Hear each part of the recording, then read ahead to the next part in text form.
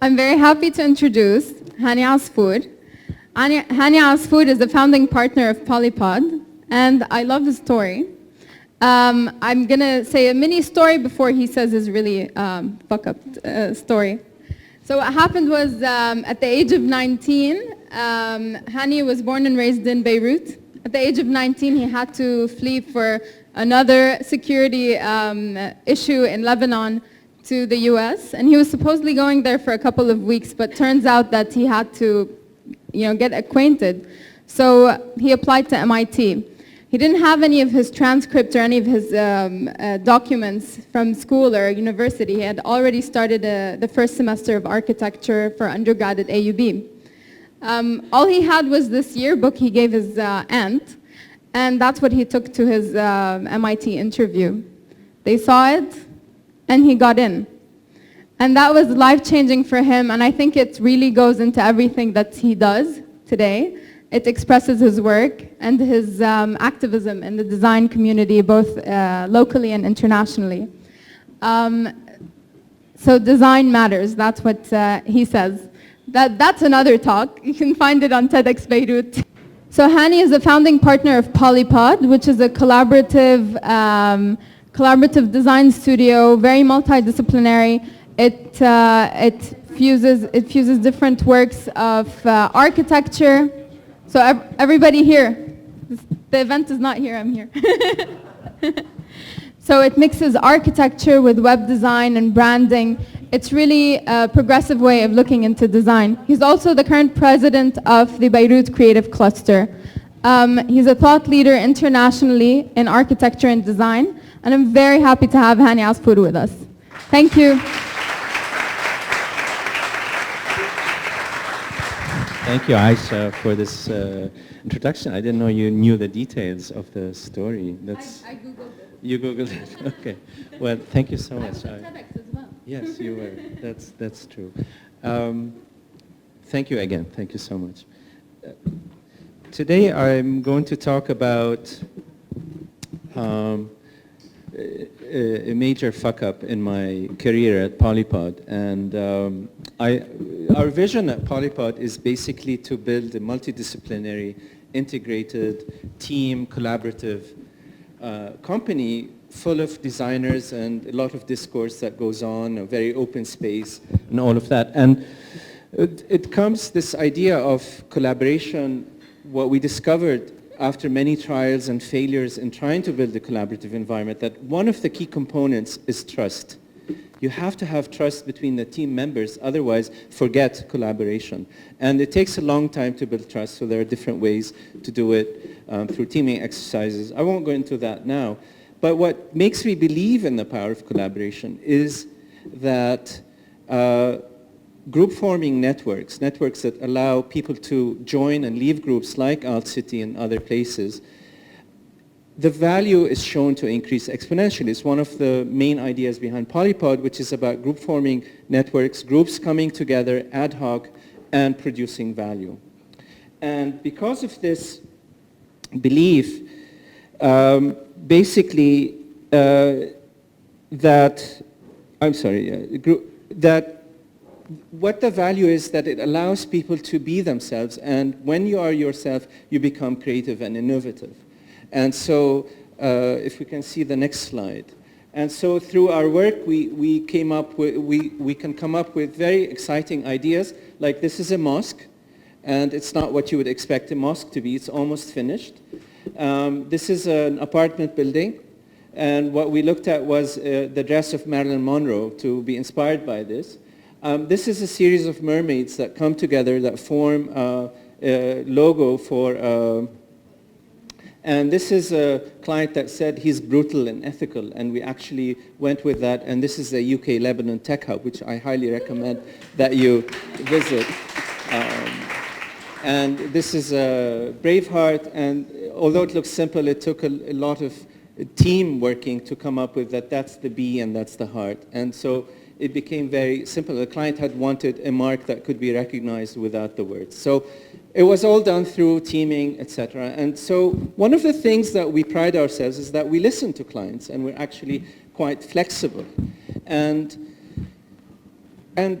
about 4 years ago, the internet improved in Lebanon, and I felt, whoa, a growth area would be to design websites for clients. And so what I needed to do was to grow my team, to create an in-house development team. So we give them amazing turnkey solutions. And so we started looking, we found amazing talent. The city is full of amazing talent. We found them, we hired them, and we had this vision to build and eventually spin them off so we can do a lot of things. We felt quite autonomous. We got rid of our IT support company that worked with. We could do it in-house. We designed a spanking new website for Polypod. It felt amazing. We felt liberated. And then the leader of the group, the main hire, spun off on his own. He's very successful, doing a great job. But in the process, I looked around, we had clients, we had promised them we'll do amazing websites for them, and suddenly I was leading them. I became the project leader for the developers as well, and we had promised clients, we had promised so much to give them that I had to continue doing that. Now, our style of management is not to micromanage. We have a saying, now we hear it a lot, we say, I'd rather you ask me for forgiveness than for permission, which allows the team members to be strong and empowered and do what they do best. But in this case, it was a formula for disaster because I didn't know how to code. I couldn't see what they were doing, and I would trust them fully that they were doing a good job. And in fact, we were designing a website for one of our largest clients, and I had tested it before going to Qatar to meet with their board, and it was working fine. Of course, when I arrived in Qatar, the board was sitting there. They're all pissed off at each other because they didn't like the website, some of them had promoted the website. So there was some in politics going on between them, but they were unhappy. It was such a negative energy in the room. And here I was going to show them our new website, and nothing worked. Nothing. So the images were in the wrong place, the links were broken, 404 codes, errors, you name it. And I was looking at my client. I had built like 4 years building this relationship with this client, and nothing worked. So I had a team member with me, and she was chatting with the development team in Beirut, and they were saying, fix this, and they were fixing it live, and you can imagine how shitty I felt. It was, everything was falling apart. The code didn't look good. I was shattered. I had built a dream, I had built a client, and in front of my eyes, it collapsed. To make things worse, one of my good friends is on the board. She took me aside, and she said to me, Hani, you're a designer. What the fuck are you doing developing? I was like, great, thank you. That's exactly what I needed to hear right now. So, you know, the flight back was very lonely. I was in my thoughts, and you know how they say when you're, you know, at the top, it's lonely. I mean, my team members on the plane were also depressed. We're all depressed. We're all down. When I got to the office, I sat with the developers, and I told them about the FuckUp, and I told them, sadly, I lost my trust in you, which is the foundation of collaboration, trust. But I lost my trust in them. But I needed to find a solution. And my solution was through my books. So, yeah. And I looked at my books, and I started searching for the answer. And I realized I don't have a single book on development. They're all design books, but nothing on development. And it dawned on me that if you cannot mentor, you cannot lead. This was the revelation for me. Although I had this vision and this dream, but now I had to kill the dream. So what we did, we took the developers, we talked to them, and we gave them a 3-month transition period.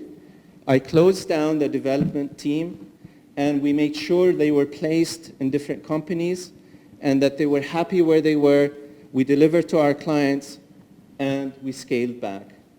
So if you cannot mentor, don't lead. And what we learned from this experience is that when you fail, retreat, regroup, and focus on your strengths. This is what will get you up again. So no more development. Focus on design and design thinking, design strategy, and rebuild it from scratch. I apologized to the client. I had a frank conversation with them, including my friend, and I told them, I promise I won't develop anymore. But what what happened is that they were gracious enough to give us a second chance, and we worked with the person who had spun off from us. We brought him back as a partner, but not as an in-house developer. And this year we won an outstanding award at the Interactive Media Awards for that particular website. So the client's happy, we're happy, and thank you. And we're doing what we do best. What we can mentor is design, and that's what we're going to focus on. Thank you. Thank you, Alex. Any questions? We have a hand over there.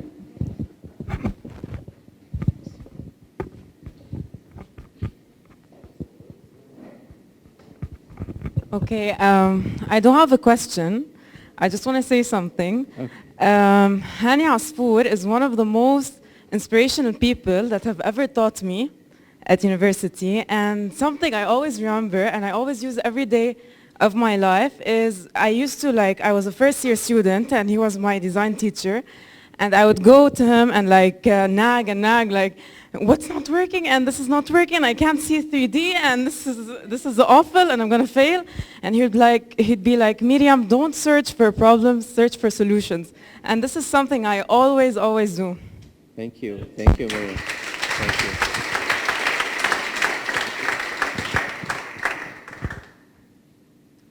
Would anyone like to add any comment or have a question?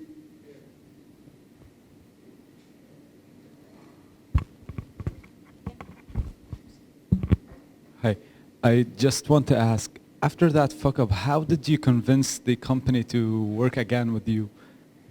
Charm, maybe? No, honestly, we had done so many, all the design work that we had done, the client was very happy with. And when I told him that we're not going to develop anymore, I could hear a huge sigh of relief.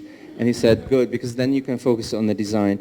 And he had suggested that we work with a developer that had spun off from our team, because initially we had worked, and he trusted that guy as a developer. We all do, we still work with them. So basically it was promising not to overstep and also to find the right partner for them. And we still work with them. Yeah. Thank you. Yeah, thank you. Are there any more questions or comments? All right.